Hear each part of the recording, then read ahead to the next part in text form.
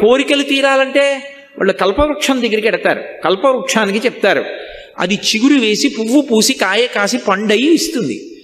దరిద్రేభ్యో భద్రాం శ్రియమనిశమహ్నాయ దదతౌ. ఈ లోకంలో ఉన్న వాళ్ళకి ఆ బెంగ లేదు.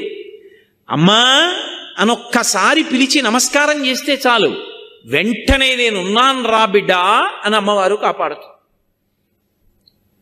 మీకు నేను ఒక మాట చెప్తే మీరు ఆశ్చర్యపోతారు. ఈ శ్లోకం ఎంత శక్తివంతమో తెలుసా? మీరు తప్పించుకోలేనంత పెద్ద ఉపద్రవం వెంట తరిమేస్తుంటే వెనకాతల ఏం చెయ్యాలో తెలియనప్పుడు ఈ శ్లోకం జరిగితే చాలా రక్షిస్తుంది అమ్మవారు. అంత శక్తివంతం. చండీపరదేవత అనుగ్రహం అంటే అలా ఉంటుంది. అందుకే చండీ చరణవు అని చండీపరదేవతని స్తోత్రం చేశారు శంకరాచార్యులు వారి ఈ శ్లోకంలో. అటువంటి అమ్మవారి పాదాలు పట్టుకుంటే సంస్కారవంతం చేస్తుంది మనస్సు. ఇక్కడ మీరు నన్ను ఒక ప్రశ్న అడగచ్చు, ఏమండి ఒకవేళ అసలు కోర్కెల మీద వ్యామోహం పోక, అసలు వ్యామోహం అనేటటువంటిది పోతే కదండి ధర్మబద్ధం చేసుకుందామన్న కోరిక. ఆయన అలా చెప్తాడు కానండి, ఏడాదికి ఒకసారి వచ్చి ఇవన్నీ అనుభవించడంలో ఎంత సంతోషంగా ఉంటుంది. ఏమిటి ధర్మచట్రం అని పట్టు కూర్చుంటే ఎక్కడ తీరుతాయండి? చేసే పుణ్యం చేస్తున్నాం కదా, ఇవి నడుస్తాయి అని అంటావేమో. అందుకే అలా నన్ను నేను నిగ్రహించుకోలేకపోతే, ఒకవేళ ధార్మికమైన జీవనం నేను చెయ్యలేకపోతే ఎవరితో చెప్పుకోవాలో తెలుసా విషయం? అమ్మవారితోటే చెప్పుకోవాలి. అమ్మవారితో నేను అన్నప్పుడు దాని అర్థం ఏమిటంటే అమ్మవారు అయ్యవారు అని కాదు, పరమేశ్వరుడితో చెప్పుకోవాలి అని. దానికి శరణాగతి అని పేరు. శరణాగతి అన్న మాటకు అర్థం ఏమిటో తెలుసా? మీ బలహీనతని భగవంతుడి దగ్గర చెప్పడం. అందుకే మీరు ఎప్పుడైనా శరణాగతి చదవండి. రుక్మిణీదేవి శరణాగతి తన బలహీనత చెప్తుంది. గజేంద్ర మోక్షణం శరణాగతి తన బలహీనత చెప్తాడు. ఈశ్వర, మీరు నాకు మనస్సు ఇచ్చారు, ఇంద్రియాలు ఇచ్చారు, బలం ఇచ్చారు, బుద్ధినిచ్చారు, శాస్త్రం ఇచ్చారు, గురువునిచ్చారు, ధర్మచక్రం దాటి పనులు చెయ్యొద్దన్నారు. కానీ నా మనసు వెంపర్లాడిపోతోంది అక్కర్లేని కోరికలు తీర్చుకోమని. ఈశ్వర, నన్ను నేను నిగ్రహించుకోలేకపోతున్నాను, నా మనసును నేను వశం చేసుకోలేకపోతున్నాను, నేను దానికి లొంగిపోతున్నాను, తప్పులు చేస్తున్నాను, మీరే నన్ను ధర్మంలో నిలబడేటట్టు చెయ్యండి, ఇక నన్ను నేను నిగ్రహించుకోలేకపోతున్నాను అని ఉన్న మాట ఉన్నట్టు ఈశ్వరుడి దగ్గర చెప్పాలి. అంతేకాని ఆయన దగ్గరికి వెళ్ళి మహానటుడిలా పరమ ఉత్తముళ్ళ నిలబడకూడదు. తప్పు చేస్తే ఈశ్వరా నిన్న తప్పు జరిగింది, ఈ తప్పు చేశాను, వేరొకసారి నా జీవితంలో ఇటువంటి తప్పు జరగకుండా, నేను ఉద్రేకం పొందకుండా నన్ను కాపాడండి అని నువ్వు చెప్పుకోవాలి. దానికి శరణాగతి అని పేరు. దుర్జటి కాళహస్తీశ్వర శతకంలో శరణాగతి చేశాడు. రోషీరోయదు కామినీ జనుల తారుణ్యోరు సౌఖ్యంబులన్ బాసీబాయదు పుత్రమిత్రధన సంపద్భ్రాంతి వంచాలతల్ కోశీకోయదు నామనంబకట నీకున్ ప్రీతిగా సత్క్రియల్ చేసీ చేయదు దీని తుళ్ళనచవే శ్రీకాళహస్తీశ్వర అని అడిగాడు. ఏమి సుఖం లేదు అనిపిస్తుంది, మళ్ళీ అదే సుఖం అడుగుతుంది. ఏం పిల్లలు లేదు అనిపిస్తుంది, మళ్ళీ పిల్లల వెంటబడుతుంది. ఏం డబ్బు లేదు అంటుంది, మళ్ళీ డబ్బు కోసం వెంపర్లాడుతుంది. ఇలా వదిలిపెట్టినట్టుంటుంది, మళ్ళీ ఇలా పట్టుకుంటూ ఉంటుంది. దీన్ని నేను ఆపలేకపోతున్నాను శంకర, మీరు దీన్ని నిగ్రహించండి అన్నాడు. అంటే శరణాగతి అన్న మాటకు అర్థం ఏంటంటే మీ బలహీనత మీరు పరమేశ్వరుడికి చెప్పడం. దానికి శరణాగతి అంటారు. అప్పుడు అది రెండో మార్గం. మనమే ధార్మికంగా బతకకపోతే అది భగవంతుడికి చెప్పాలి, అమ్మవారితో చెప్పాలి. వెళ్ళి అమ్మా ఇలా అవుతోంది, నన్ను నేను నిగ్రహించుకోలేకపోతున్నాను, తప్పు చేస్తున్నాను, అమ్మా నువ్వు నాకు ధర్మమునందు అనురక్తి అని ఆవిడ దగ్గర ఒప్పుకొని బలహీనత చెప్తే ఆవిడ అనుగ్రహిస్తుంది. మీరు మళ్ళీ నన్ను ప్రశ్నిస్తారు నాకు తెలుసు. అసలు కామం ఆవిడ ఇవ్వకపోతే దరిద్రం వదిలిపోయిందిగా. అసలు కామం పెట్టడం ఎందుకు? ఆవిడే పెట్టబట్టి కదా ఈ అల్లరంతా వచ్చింది. పెట్టకుండా ఉంటే గొడవ వదిలిపోనుగా. ఆవిడెందుకు పెట్టిందంటే ఒక ఉత్తమమైనటువంటి ప్రయోజనం కోసం ఆవిడ కామాన్ని ఇచ్చింది. కామము మనసులో పుట్టి అది ధర్మబద్ధమై ప్రహృష్టమైనటువంటి మనసుతో భార్యాభర్తల సంగమం వల్ల తేజోవంతమైన కొడుకు పుడతాడు. వాళ్ళిద్దరి యందు అనురక్తి లేదనుకోండి, అనురక్తి లేకపోతే తేజో విహీనమైన సంతానం కలుగుతుంది, అనురక్తి చేత తేజోవంతమైన సంతానం కలుగుతుంది. బాలకాండ స్కందోత్పత్తిలో అదే చెప్తారు. కాబట్టి ఇప్పుడు అటువంటి కొడుకు పుడితే పితృరుణం నుంచి విముక్తుడవుతాడు. పితృరుణం నుంచి విముక్తుడు అవ్వాలంటే కామం ఉండాలి, కానీ కామము ధర్మబద్ధము కావాలి. నీ భార్య ఎందుంది, అదేం బంధించదు, అదేం పట్టుకోదు. అదే సీతమ్మ అంటుంది, నివర్తయ మనోమత్త స్వజనే క్రియతాం మనః. నీ వారి యందు నీ మనస్సు ఉంచుకో, ధర్మం అయిపోయింది. నీ వారి యందు మనసు ఉంచుకోకపోతే ప్రమాదానికి కారణమైపోతుంది. కాబట్టి ఇప్పుడు ఆవిడెందుకు ఇచ్చింది, పితృరుణం నుంచి విముక్తుడివికా అని ఇచ్చింది. కానీ అది మన బలహీనతగా మారిపోతే అదే అమ్మవారితో చెప్పాలి. అందుకే శరణాగతి ఎంత గొప్పదో తెలుసా అండి. అసలు శరణాగతి నోటితో చెప్పడం కాదు, శరణాగతి త్రికరణ శుద్ధిగా చెయ్యగలిగితే నయితి అంటూ జ్ఞాన మార్గంలో వెళ్ళినప్పుడు చిట్ట చివర ఏ లక్ష్యాన్ని చేరుతాడో, శరణాగతి మార్గంలో కూడా అదే ప్రయోజనానికి వెంటనే వెళ్ళిపోతాడు. సజ్జ ఫలితం, ఉత్తరక్షణం వెళ్ళిపోతాడంతే. అంత గొప్పది శరణాగతి. ఎందుచేత అంటే మీరు ఇక్కడ ఒక విషయాన్ని బాగా పసిగట్టవలసి ఉంటుంది. నేను ఉదాహరణ చెప్తే మీరు పట్టుకుంటారు. ఒక రాజుగారు యుద్ధం చేస్తున్నాడు, మత్తగజం మీద నిలబడి శత్రువులతో యుద్ధం చేస్తున్నాడు. పక్కన ఓ బంటు కనపడ్డాడు. వాడిని అన్నాడు యుద్ధం చేస్తూ, ఇవాళ రాత్రి 9 గంటలకు ఒకసారి నువ్వు నా శిబిరంలో కలు అన్నాడు. ఆ సైనికుడు అన్నాడు, నేను సామాన్యమైన సైనికుణ్ణి, రాత్రి సేనాధిపతులు వస్తారు, మండలాధికారులు వస్తారు, ప్రజల్ని అక్కడ రాజ్యం పరిపాలనలో ఉన్న ఉన్నతాధికారులు వస్తారు, మీ దగ్గర విషయాలు కనుక్కోవడానికి నిర్ణయానికి మంత్రులు వస్తారు. 9 గంటలకి నేను మిమ్మల్ని ఎలా కలవగలను? వాళ్ళందరూ వెళ్ళాక రావాలి, అప్పటికి తెల్లవారిపోవచ్చు, మీరు కాసేపు విశ్రాంతి తీసుకోవచ్చు. ఎలా కలుస్తాను సామాన్య సిపాయిని అన్నాడు. ఇది నీ దగ్గర ఉంచుకో. రాజు ఉంగరం విసిరాడు. వాడు చూశాడు ఇలా ఉంగరం వంక, అది రాజముద్ర, తన రాజు ఉంగరం కాదు, శత్రురాజు ఉంగరం. అది అడిగిపోయాడు. అయ్య బాబో, ఇదేవిడు శత్రురాజు ఉంగరం ఇచ్చారు నాకు అని. మాట్లాడకు. అది పట్టుకుని 9:15కి ఎవరిని అడక్కు నా దగ్గరికి వస్తానని అలా దూరంగా తిరుగుతుండు చాలు. 9 అయ్యేటప్పటికి నిన్ను నా దగ్గరికి తీసుకొచ్చేస్తారు. 9:15 అయింది. శత్రురాజు ఉంగరం చేత్తో పట్టుకుని ఎవరిని అడగకుండా అలా దూరంగా చీకట్లో తిరుగుతున్నాడు. రాజుగారు అక్కడ పడుకున్నది. పహరా కాస్తున్న సైనికులు వచ్చి పట్టుకున్నారు. ఎందుకు తిరుగుతున్నావు రా నువ్వు ఇక్కడ అన్నాడు. ఆయన ఏం చెప్పొద్దన్నాడు రాజు. ఏమీ చెప్పలేదు. ఎందుకు తిరుగుతున్నాడు వీడిక్కడ, వీడికి అవసరం లేదే రాజుగారి శిబిరం దగ్గర. ఒళ్ళంతా వెదిగారు. శత్రురాజు ఉంగరం దొరికింది. ఇప్పుడు ముందు ఎవరు వాడిని తీసుకెడతాడో వాడికి పదోన్నతి వస్తుంది. అందుకని గబగబా ముందు రాజుగారి దగ్గరికి తీసుకెళ్లారు. మహారాజా, శత్రురాజు ఉంగరం ఉంది వీడి దగ్గర, తీసుకొచ్చాం.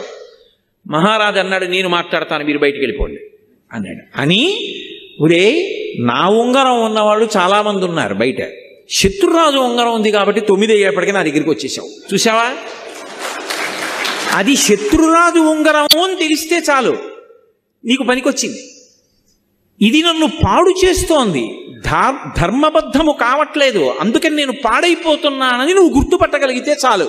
అమ్మవారికి ఆ మాట త్రికరణ శుద్ధిగా చెప్తే చాలు, అమ్మవారు జోక్యం చేసుకుని తన దగ్గరికి తీసుకెళ్తుంది, రక్షించేస్తుంది. కానీ నోటితో ఉత్తినే వెళ్ళి నేను ఆయన చెప్పమన్నాడమ్మా అందుకు చెప్తున్నాను అని చెప్తే కాదు, త్రికరణ శుద్ధిగా నేను ధార్మికంగా బ్రతకలేకపోతున్నాను, సాధన చేయలేకపోతున్నాను, కనీసం ఒక్కొక్కటైనా విడిచిపెట్టలేకపోతున్నాను, చిన్నవి కూడా విడిచిపెట్టలేకపోతున్నాను, ఎప్పుడూ ప్రలోభాలే లేదు, పరమేశ్వరుడు జోక్యం చేసుకుంటే తప్ప నా జీవితం చక్కబడదు అని నువ్వు భగవంతుడికి చెప్తే దాన్ని శరణాగతి అంటారు. అందుకే కలియుగంలో భగవంతుడు 2 ప్రధాన సాధనములు ఇచ్చాడు కలి నుండి తప్పుకోవడానికి. ఒకటి, సంస్కారవంతమైన పుణ్యమునందు అనువృత్తమైనటువంటి మనస్సుని సాధన చేత ఏర్పాటు చేసుకోవడం. రెండవది, అలా లేనప్పుడు శరణాగతి చెయ్యడం. శరణాగతి ఉత్తర క్షణంలో ఈశ్వరుడు వచ్చేసేటట్టు చేస్తుంది. రుక్మిణీదేవి అగ్నిజ్యోతనుడికి ఇచ్చి లేఖ పంపించింది.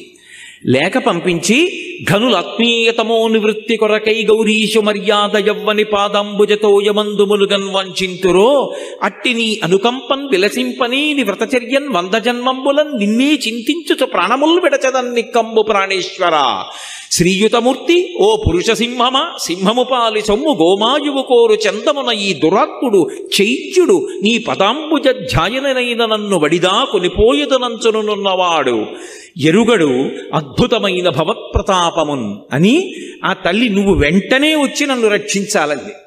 చదివాడంతే లేఖ, శరణాగతి, ఇదిగో వస్తున్నానన్నాడు. వెనక్కి వెళ్ళి అన్నయ్యకి కూడా చెప్పలేదు. రథం ఎక్కేశాడు. వచ్చెద విదర్భ భూమికి చొచ్చెద భీష్మకు నిపురము సొరుచిరలీలం తెచ్చెద బాలన్ వేల్మిడి వచ్చెద అడ్డంబురిపులు వచ్చిన బోరన్ అన్నాడు. గబగబా బయలుదేరి వచ్చేశాడంతే. శరణాగతి ఉత్తర క్షణం ప్రయోజనాన్ని ఇచ్చేస్తుంది. ఒకటి సాధనన్నా చెయ్యాలి. అంటే సాధన ఎందు ఒడుదుడుకులుంటాయి. మనసు వెంటనే మాట వినదు.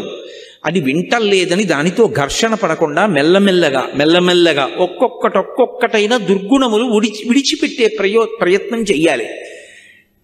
అసలు నేను ఏమీ చేయలేకపోతున్నాను అనుకుంటే ఆ విషయం భగవంతుడికి చెప్పాలి. అది శరణాగతి. ఇప్పుడు సంసాధన అన్న మాటకు అర్థం ఏమిటంటే మనసుని సంస్కారవంతం చేసుకోవడం. మీకు నేను ఇందాక చెప్పా పునర్జన్మ దాని మీదే ఆధారపడుతుంది అని. అదే ఓ రామాయణం గురించో భాగవతం గురించో భారతం గురించో మహాత్ములైనటువంటి గురువుల గురించో ఆలోచిస్తూ వెళ్ళిపోయాడు అనుకోండి, ఉత్తర జన్మలో మళ్ళీ గొప్ప విద్వాంసుడై పుడతాడు. తండ్రి దగ్గర చక్కగా అభ్యాసం చేసి అనుష్ఠానం చేసి పరమేశ్వరుడు యందు చేరుతాడు. మంచి జన్మ రావాలంటే మనసు సంస్కారవంతము కావాలి. సంస్కారము మనసుకి కలగాలంటే 5 ఇంద్రియముల గుండా లోపలికి మీరేం తీసుకుంటున్నారన్న దాన్ని బట్టి మనసు సంస్కారం పొందుతుంది. నేను చాలా గంభీరమైన విషయాన్ని ప్రస్తావిస్తున్నాను, మీరు చాలా జాగ్రత్తగా పట్టుకోవాల్సి ఉంటుంది దీన్ని. నేను ఒక మొక్క వేశాను అనుకోండి, ఆ మొక్క బ్రతకాలి అంటే అబ్బా దొరికిందండి మొక్క, నాకు దాని మీద ఎంత ప్రేమో అని తీసుకొచ్చి మా పడగదిలో పెట్టాను అనుకోండి, దానికి వెలుతురు ఎక్కడి నుంచి వస్తుంది? 2 రోజులు చచ్చిపోతుంది. అది దాని మీద నాకు ప్రేమ ఉండి అది వర్ధిల్లాలంటే దానికి నీళ్లు పొయ్యాలి, సూర్యరశ్మి తగలాలి, మేకలు తినేయకూడదు, చీడ పట్టకూడదు, పురుగులు పట్టకూడదు, కాపాడుకోవాలా వద్దా? అప్పుడైనా అది పెద్ద చెట్టు అవుతుంది. అలాగే అసలు మనస్సు సంస్కారవంతము కావాలనుకోండి, మనస్సులోకి మనసుని ప్రభావితం చేసేవి ఏవి వెడుతున్నాయి అన్నది ప్రధానం. ఇది సాధన. నీకిచ్చిన జ్ఞానేంద్రియములు 5 గుండా లోపలికి వెడుతుంటాయి విషయములు, అవి ప్రభావితం చేస్తాయి మనసుని. నేను కంటితో ఏది చూస్తున్నానో మనసు దాన్ని పట్టుకుంటుంది. అందుకే ధ్యానంలో దీపం వంక చూడండి అంటారు. దేన్ని పట్టుకోవడమైనా కష్టమేమో కానీ దీపం వంక అలా చూశాననుకోండి, ఒక్క క్షణం దీపశిఖ ఇలా వెలుగుతూ ఉంటుంది. కళ్ళు మూసుకున్నాను అనుకోండి, కళ్ళ ముందు కదులుతూ దీపశిఖ కనపడుతుంది. నేను ఏది చూస్తున్నానో అది నా మనసుని ప్రభావితం చేస్తుంది. నేను మీకు ఒక ఉదాహరణ చెప్తాను. నేను అలా నడిచి వెళ్ళిపోతున్నాను, ఒక వ్యక్తి తీవ్రమైన వేగంతో కారులో వెళ్ళిపోతున్నాడు. ఓ కుక్క పిల్ల పరిగెట్టింది. ఆ కుక్క పిల్ల అలా పరిగెత్తింది, నేను వెనక్కున్నాను. కుక్క పిల్ల కారు కింద పడిపోయిందేమో, ఒక్క క్షణంలో నేను నిత్తుటి ముద్ద చూస్తానేమో. ఇప్పుడు నా మనసు స్వస్థతగా ప్రశాంతంగా ఉంటుందా? ఏదో ఒకటి కనపడే వరకు ఉద్విగ్నతకి లోనైపోతుంది. అబ్బా ఏమవుతుందో, అంత వేగంగా వెళ్ళిపోయాడు అని. అలా వెళ్ళిపోయిన తర్వాత కుక్క పిల్ల అలా భయంతో ఉండిపోయి కారు చక్రాలు అలా వెళ్ళిపోయి బతికిపోయి కుయ్యి కుయ్యి కుయ్యి కుయ్యి అందనుకోండి, అమ్మా బతికిందిరా బాబు, ఇది చచ్చిపోవడం చూస్తే నిజంగా ఇవాళ నా మనసు వికలమైపోయి ఉండేది అనుకుని, ఈ దిక్కుమాలిన కుక్క పిల్ల ఇలాగే తిరుగుతుందో ఏమిటో అని గబుక్కుని పట్టుకుని తీసుకెళ్ళి మళ్ళీ ఎక్కడో పెట్టేసి మీరు వెళ్ళిపోరా? అయినా మీ మనసు మీద అది ఒక 10 నిమిషాలు ప్రభావం చూపిస్తుంది. అది ఏమైనా అయిపోయి ఉండుంటే అని. ఒక విషయాన్ని మీరు చూస్తే మీ మనసు తీవ్రంగా కదిలింది. నిరంతరం మనసుని పాడు చేసేవే చూస్తుంటే మనసు సాత్వికంగా ఎందుకు ఉంటుంది? ఉంటుందా? ఉండమంటే సంస్కారం ఏర్పడమంటే ఏర్పడుతుందా? ఒక్కనాటికి రాదు. అలాగే చెవులు. అందుకే వేదం ఇప్పుడు ఏం చెప్తుండంటే ఈ 5 జ్ఞానేంద్రియములు భగవత్పరములగుగాక అని అడుగుతుంది. చెవి వెంట అస్తమానం వినకూడనివే. అన్ని విన్న తర్వాత మనసు దేని గురించి ఆలోచిస్తుంది? అవే ఆలోచిస్తుంది. వాసన ఏది రెచ్చగొడుతుందో, ఏది రజోగుణాన్ని కల్పిస్తుందో అవే వాసన చూస్తున్నాడు. మనస్సు తీవ్రంగా కదలకుండా ఎలా నిలబడుతుంది? తినకూడనివి తింటున్నాడు. మనసు వ్యగ్రతతో ఉండకుండా ఎలా ఉంటుంది? ముట్టుకోకూడనివి ముట్టుకుంటున్నాడు. మనసు వ్యగ్రత పొందకుండా ఎలా ఉంటుంది? ఇప్పుడు మనసు సంస్కారవంతం కావాలి అని చెప్తున్నాయా, చాలా మంచిగా ఉండండి అని చెప్పి కంటి నుంచి లోపలికి వెళ్ళకూడనివి, చెవి నుండి లోపలికి వెళ్ళకూడనివి అన్నీ లోపలికి పంపిస్తున్నావు. మనసు ప్రశాంతంగా ఉండు అంటే ఉంటుందా నాకు చెప్పండి. మీకు నేను ఒక కుక్క పిల్ల ఉదాహరణ చూపించా. కుక్క పిల్లకే అంత కదిలిపోతే ఎంత తీవ్రమైన ప్రభావం ఉంటుంది మనిషి మనసు మీద. సంస్కారవంతము కానటువంటి మనసు నుండి పుణ్యకర్మ రాదు. అసలు పుణ్యకర్మ చేశాడు అంటే దానికి వెనక ఒక అంకురం ఉంది. అంకురానికి ముందు విత్తనం ఉంది.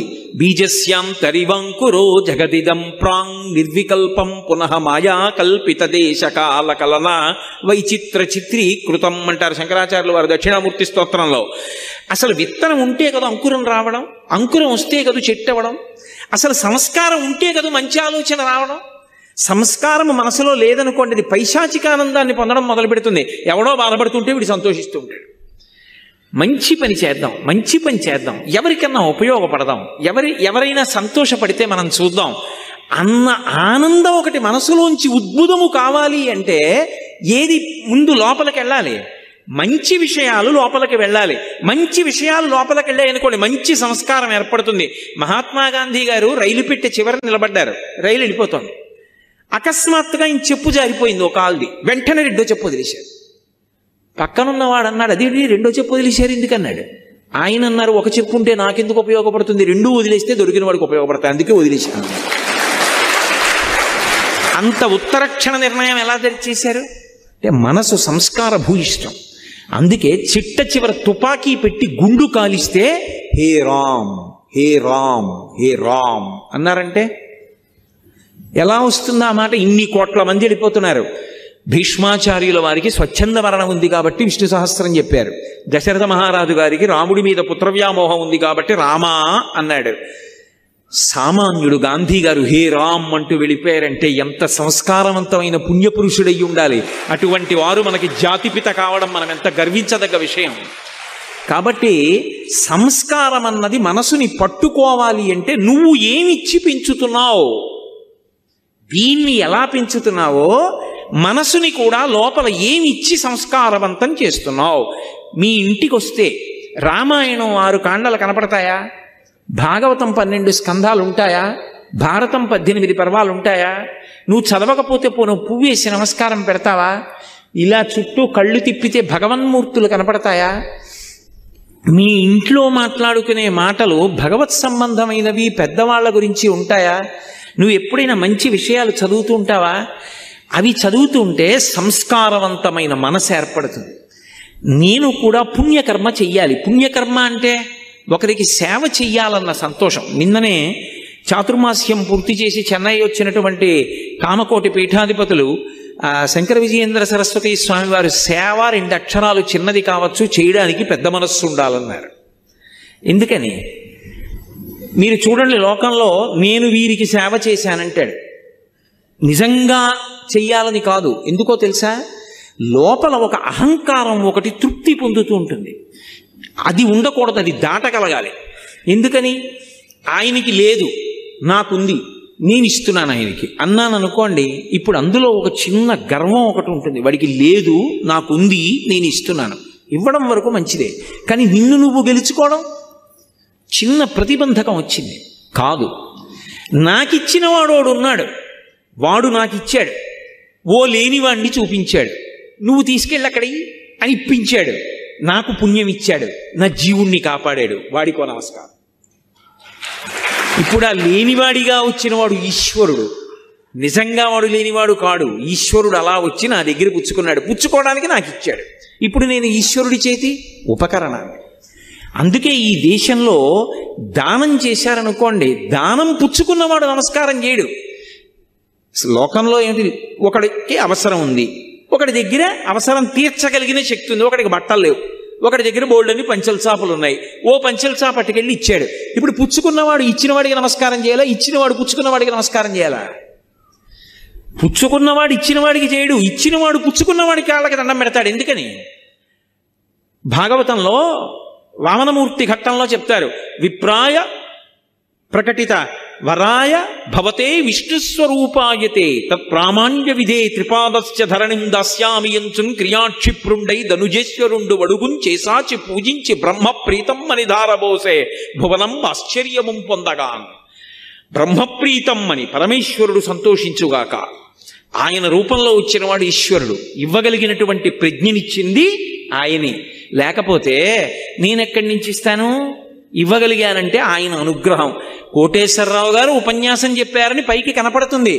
ఒక విషయం మీద మాట్లాడడానికి కావలసినటువంటి సమాచారం అంతా మెదడులో ఉన్నదాన్ని ఒక క్రమంలో బయటికి వచ్చేటట్టుగా చేసి, ఆ మాట్లాడేటప్పుడు తీసినటువంటి ఊపిరిని వాక్కుగా మారుస్తున్నప్పుడు డొక్క నిప్పెట్టి టక్కని పట్టుకుందనుకోండి, ఏం మాట్లాడతాను? అలా పట్టుకోకుండా 2 గంటల పాటు విషయాన్ని ఒక క్రమంలో వాక్యాలుగా మార్చగలిగినటువంటి ప్రజ్ఞనిచ్చి మాట్లాడిస్తున్న వాడొకడు లోపల ఉన్నాడు. వాడు మాట్లాడుతున్నాడు. ఈ మైక ఉపన్యాసం మాట్లాడుతున్నది, నేను మాట్లాడింది ఇది మాట్లాడుతోంది. ఇది నా ముందు ఎలా ఉంటుందో వాడి ముందు నేను అలా ఉన్నాను. అది పోతన గారు. అందుకే పలికిది భాగవతమట, పలికించు విభుండు రామభద్రుండట, నే పలికిన భవహరమగునట, పలికెద వేరొండుగాధ పలుకగనేలా. నేనా పలుకుతున్నది, రామచంద్రమూర్తి నా చేత పలికిస్తున్నారన్నారు మహానుభావుడు. ఇది సనాతన ధర్మంలో సేవ. మీరందుకే ఎప్పుడైనా ఒక విషయం గమనించండి, సేవ అన్నది మొదట ఎవరి దగ్గర ప్రారంభం అవుతుందంటే భగవంతుడి దగ్గరే ప్రారంభం అవుతుంది. ఆయన చెయ్యనిది మనం చేసేది ఉండదు. సేవ ఎక్కడ మొదలు? భగవంతుడి దగ్గరే మొదలు. మీరు భాగవతం చదవండి. భాగవతంలో కృష్ణలీలలు అని ఉంటాయి. కృష్ణలీలలన్నీ ఏమిటి? కృష్ణలీలలన్నీ సేవయే. ఆయన కాళీయుడి పడగల మీదకెక్కి తాండవం చేశాడు. ఇప్పటికీ వెంకటేశ్వర స్వామి వారికి సుప్రభాతం చేస్తే మనం అందులో ఇప్పటికీ చెప్పట్లేదు, శ్రీవేంకటాద్రిశిఖరే శిరసశ్రుతీనాం అంటూ, స్వామి నువ్వు ఆ కాళీయుడి పడగల మీద పాదాలు పెట్టావు, వెంకటాచల పర్వతాల మీద వెంకటాచలం శిఖరం మీద పాదాలు పెట్టావు అంటాం. ఆయన పాము మీద ఎక్కి నాట్యం చేయడం ఏమిటండి? లోకంలో ఎవడైనా చేస్తాడా? పాము పడగల మీద 101 పడగల మీదకి ఎక్కి నాట్యం చేయడం ఏమిటి? అది కూడా మామూలుగానా? ఏదో భయపడుతూ పడగల మీద కాళ్ళు పెట్టలేదు. వెస దామోదరు పాదఘాతనగతుల్ వేవేల చందంబులన్ ప్రసభాటోపముచూపబాపణ భృచ్చటామండలం వసహంబై పగిలెన్ మణుల్ చెదరగా నాస్యంబులన్ సోణితం బెసగన్ దంష్టలు నుగ్గుగాగ గరళవహ్నిజ్వాలికల్ వెల్వడన్ యమునా వీచి మృదంగ వజ్జములు మ్రోయం తీర గోపౌఘర్ష మనోజ్ఞ ధనితంబు గేయముగ జంచత్కాళి తవ్యాళి రంగ తరంగ తలంబునన్ పటుగతిన్ కంజక్షు నిర్మర్దనక్షము హృద్యద్భుత భీమమై పరగ దివ్య శ్రేణి చూచన్ దివిన్ అన్నారు. 101 పడగలు ఎక్కి తొక్కుతూ దాని తోక పట్టుకుంటే ఒక పడగ కిందకెడితే ఇంకో పడగ మీదకి ఎక్కాడు. మణులు బయటికి వచ్చేసాయి, ముఖాలు బద్దలైపోయి నెత్తురు కారిపోయి. ఎట్టి తపంబు చేసెనుకో, ఎట్టి సుకర్మములు ఆచరించెనో ఈ యహి పూర్వభవంబునందు మున్నిట్టి మహాత్ములకునైన చూడకరాని ఈ మహనీయ పాదముల్. స్వామి మహాత్ములు చూడలేదు ఆ పాదాల్ని. శూరులు తొల్లియే విభుని శోభిత పాదనక ప్రభావళించేరి భవంధకారముల చిక్కక వందురు వట్టి దేవునిన్ వైరముతోడనైన గెలువన్ నను పంపి శుభంబు చేసి నిష్కారణమైన ప్రేమ ఇది కంసుని పోడు చకుండు కల్గునే అంటాడు అక్రూరుడు. కాలి గోటి కాంతి దొరకదొరాయింది. ఆయన్ని చూడగలిగావు. కాళీయుడా నువ్వు ఎంత అదృష్టవంతుడివి. 101 పడగల మీద నాట్యం చేశాడు. ఎవరి కోసం? ఆయనకి సరదా పుట్టి నాట్యం చేయలేదు. కాళీయుడు కాళింది మడుగులో ఉన్న కారణం చేత ఆ నీళ్లు తాగితే ఆవులు దూడలు చచ్చిపోతున్నాయి. తెలియక తాగిన గోపాలబాలురు మరణించారు. వాళ్ళని బ్రతికించాడు. కాళీయుడు అక్కడ ఉండకుండా వెళ్ళిపోవాలి అంటే పడగల మీద తాండవం చేశాడు. పరమ సంతోషంగా, పరమ ఆనందంగా నవ్వుతూ. ఎవరి కోసం అది? ఆయన కోసం కాదు, గోపాలబాలుర కోసం, నోరు లేని ఆవుల కోసం, నోరు లేని దూడల కోసం.